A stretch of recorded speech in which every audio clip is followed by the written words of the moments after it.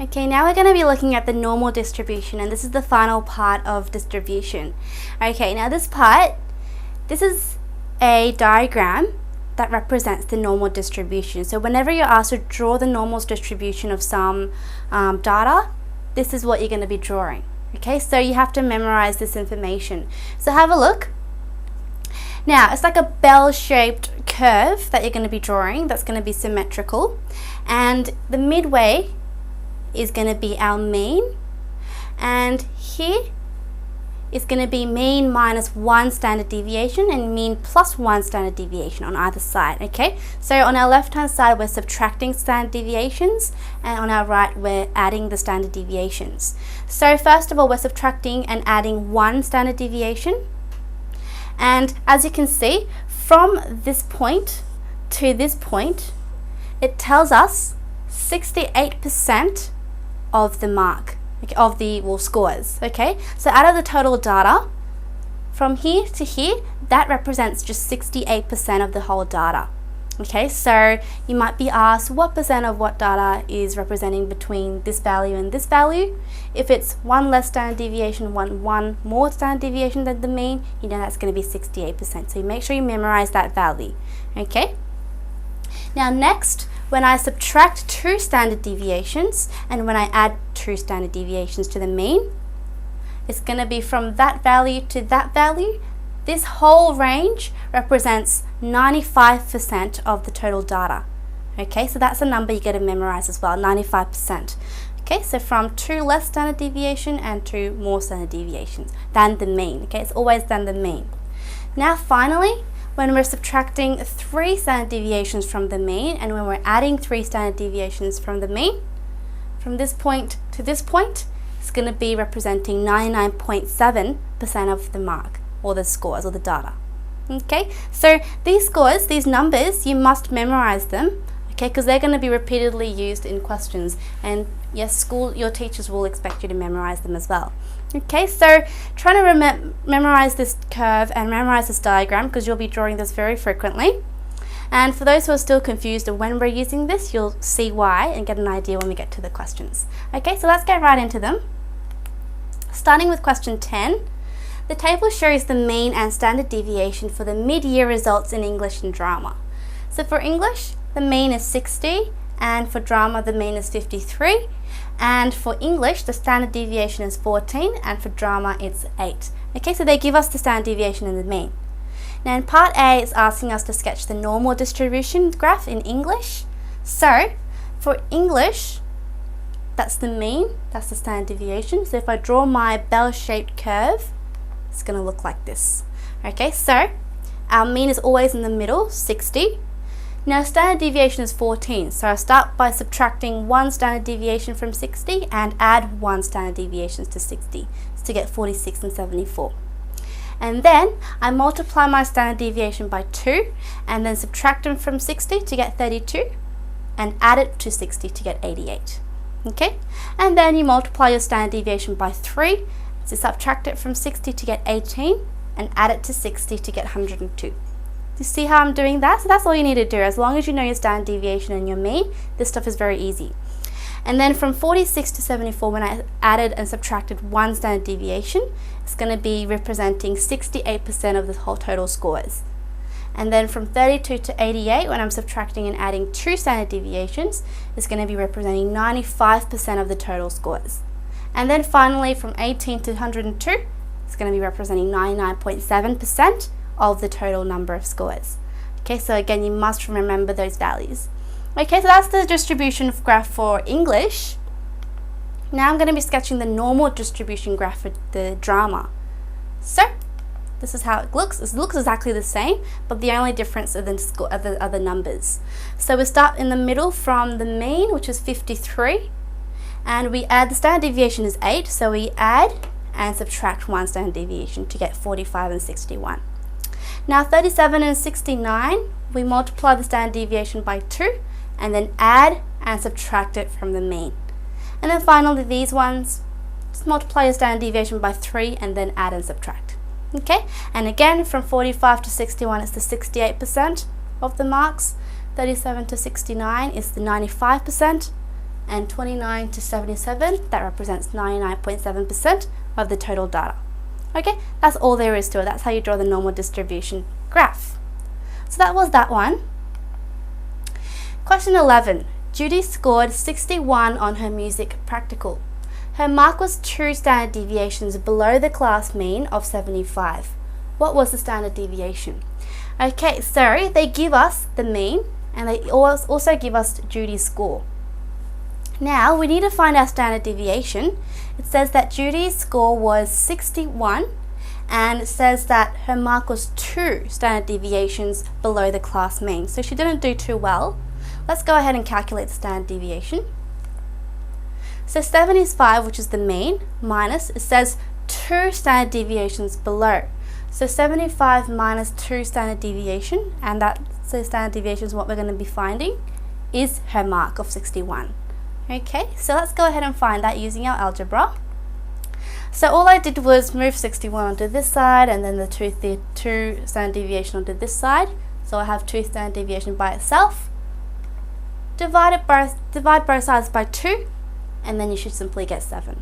Okay, so the calculation is not a big problem, but that's how you calculate the standard deviation, just by using the given information. So it's just like a problem solving question. Okay, so that was question 11. Now John scored 59 on a test, which was 1 standard deviation below the mean. So again, this boy didn't do too well, while Kate scored 77, which was 2 standard deviations above the mean. Okay, so Kate scored better than John. Now we're going to start by finding the standard deviation. So we've got 2 bits of information here. This is what I'm going to say. So it says John was 1 standard deviation below the mean, but we don't know what the mean and standard deviation is, so I'm just going to use the symbols. So mean minus 1 standard deviation is John's mark, and Kate was 2 standard deviations above the mean. So mean plus 2 standard deviations is Kate's mark there. Okay, and all we need to do now is solve simultaneously. So what I'm going to do is subtract the equation 1 from equation 2. I'm using the elimination method. So if I do that, it will be this one, subtracting this one, and then of course I must do 77 minus 59 as well. Now I'll get 3 standard deviation over here. Okay, and as you can see, if I expand out the brackets, the means will cancel, wouldn't it? So I've eliminated the mean, and 2 standard deviation minus makes plus, so 2 standard deviation plus 1 standard deviation gives you 3 standard deviation, and that is equal to 18. Okay, divide both sides by 3 and you should get 6. So we've found the standard deviation. Okay, so how easy was that? Just by using our simultaneous equations. Now to find the mean, so we've got the standard deviation, so all we need to do now is sub it into any of these to find our mean. So I'm going to put 6 into the first equation, and then it will be mean minus 6 is 59, so we add both sides by 6 and get 65. Okay, and that's the mean. So how easy was that? So all you need to do is examine the content very carefully. That was question 12, so this is a normal practical problem solving question, just using standard deviation and mean. Okay, now part C, it says Michael's mark was 1.5 standard deviations above the mean.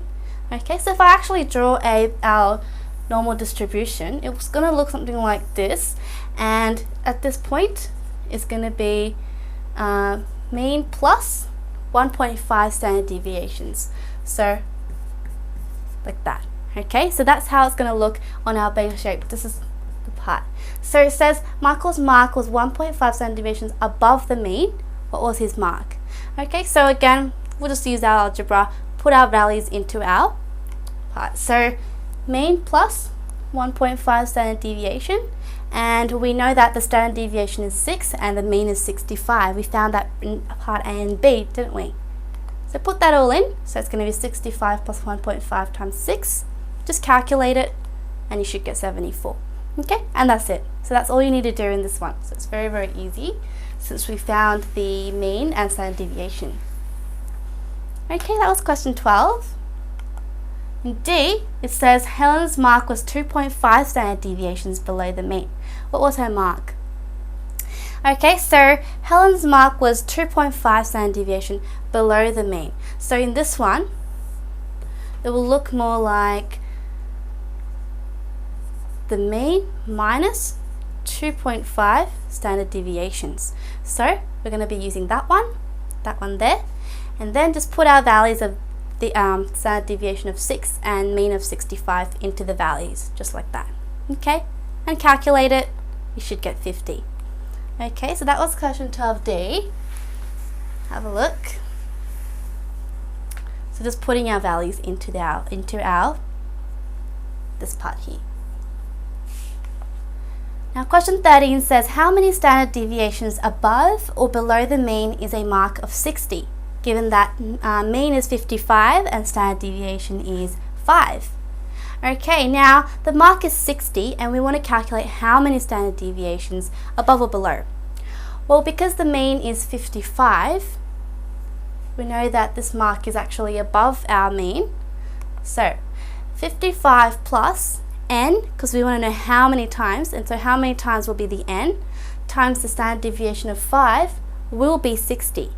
Okay, so let's calculate that. So we're just going to solve it algebraically. So n times 5 is 55. 60 minus 55 is 5. If you divide both sides, you get simply 1. Okay, so n will simply be 1, it's just some algebra, and therefore it's just going to be 1 standard deviation above the mean. Okay, but as you can see, because the mean is 55 and the standard deviation is 5, if you add those together, you actually get 60. So we just add the standard deviation once to get 60. So that's why it's just 1 standard deviation. Okay, so that's 13. Now question 14 says the table shows Joe's results on consecutive math tests. So we've got 2 tests and he got 69 in the first one, 82 in the second one. And they also give us the mean and standard deviation of each test. Okay, so what I'm going to do in part A is on which test did Joe perform better?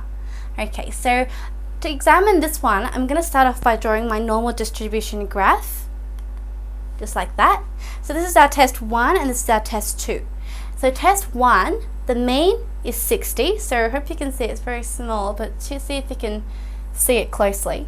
The mean is 60, the standard deviation is 12. So I add and subtract 1 standard deviation. And then here I add 2 standard deviation and subtract 2 standard deviation, and same with here, I subtract and add 3 standard deviation. Now have a look at the first one, guys. The mean is here, and that's our first standard deviation. Our mark of 69 is roughly over here somewhere. Okay.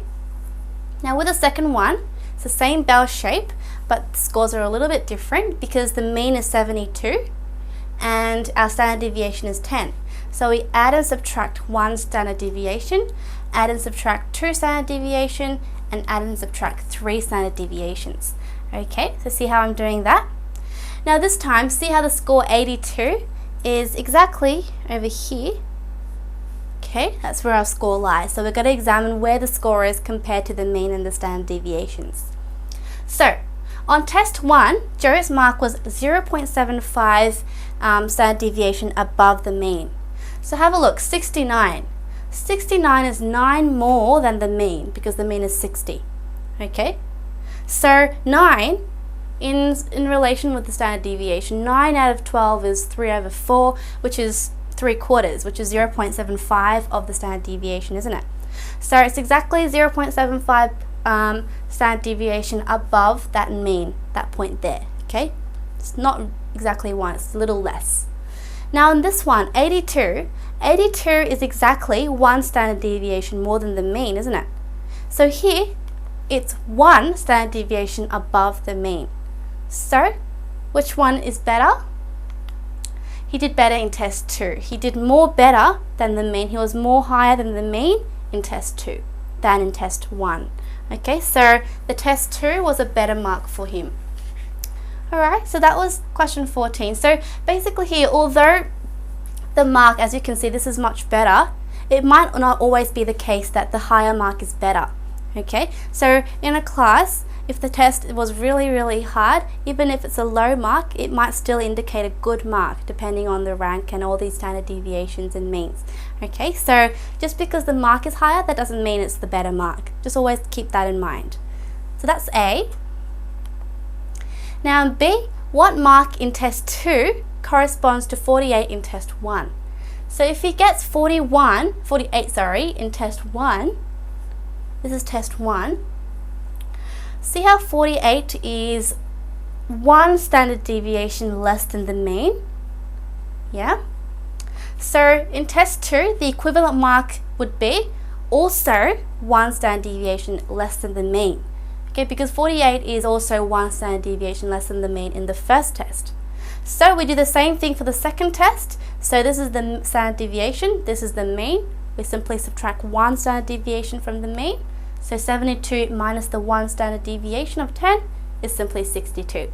Okay, so getting 62 in the second test is the same, you did equally well as getting 48 in the first test. Okay, that's what it means here.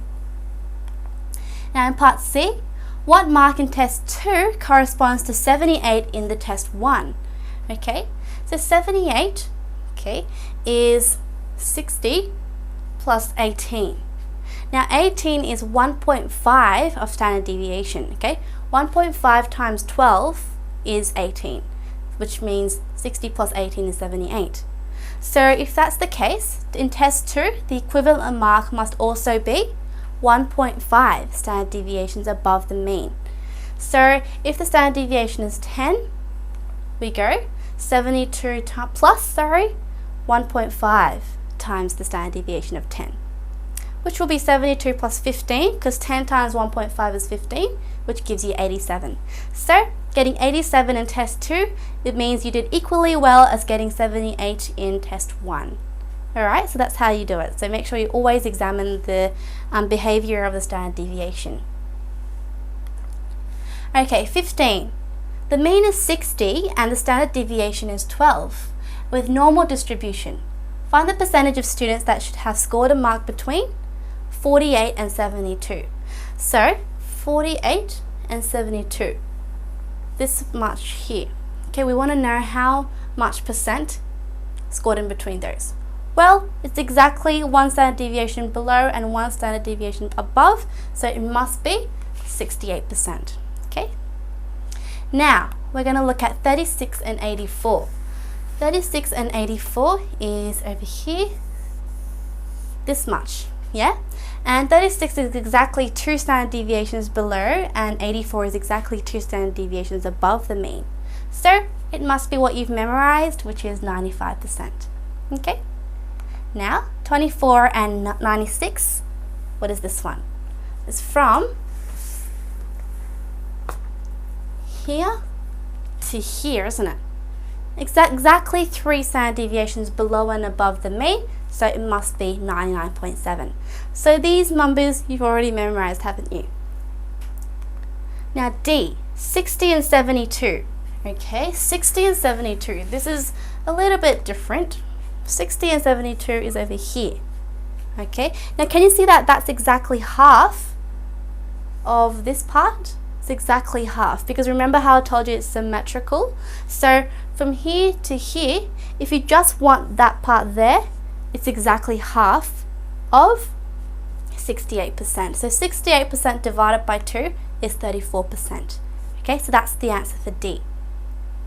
Now E, 36 and 48. Okay, let's examine that one. Just this part here. How are we going to calculate that one? It's just that part of the normal distribution graph. So 68 and 41, what we're going to do is, how about we calculate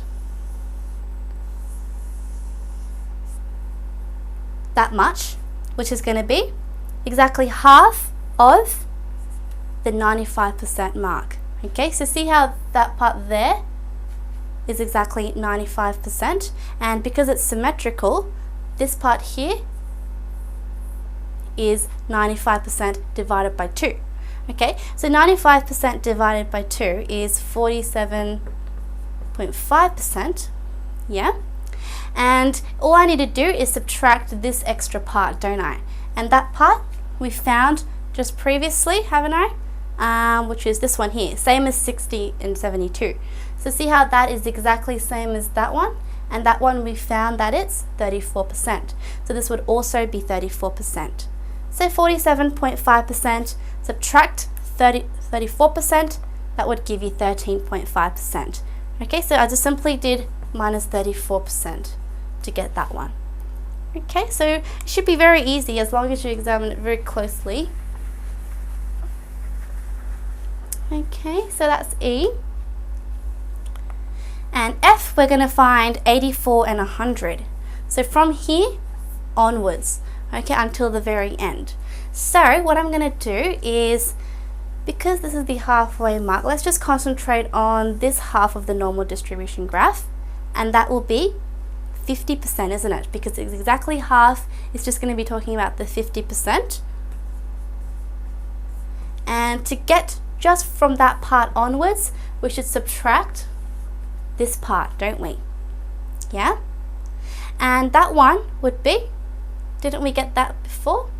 60 to 84 is the same as getting, no, we haven't we? Well, 60 to 84 is exactly half of 95, isn't it? Because from here to here is 95%. And because it's exactly symmetrical, just half of it would be the half of 95. So 60 to 84 is exactly half of 95, which is 47.5%. Okay, and then you should get 2.5%. All right, that's it. Yeah, how easy was that? So as long as you memorize these figures, it's nothing hard, isn't it? So have a look at those and see how I did that. Let's move on.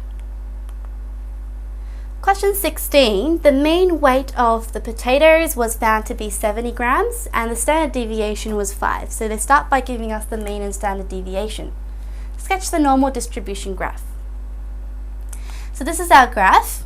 So starting with the mean of 70, and we add 5, and add 5 and then subtract 5. And then we multiply the 5 by 2 and subtract and add. Multiply by 3, subtract and add. So this stuff you should be able to do on your own. And of course, from 65 to 75, if I subtract 1 standard deviation and add 1 standard deviation, that part, that range, is representing 68% of the marks, or the scores, sorry. From 60 to 80, 95%, and of course 55 to 85, 99.7%. Very, very easy stuff. Now, assuming that the weights of the potatoes are normally distributed, between what weights would we expect to find 68% of the potatoes? Okay, so we want to know the weights of 68% of the potatoes. It's exactly from here to here, isn't it? That much. So, must be 65 grams and 75 grams from here. Okay, starting asking us to find between what grams. Okay, so what weight, sorry.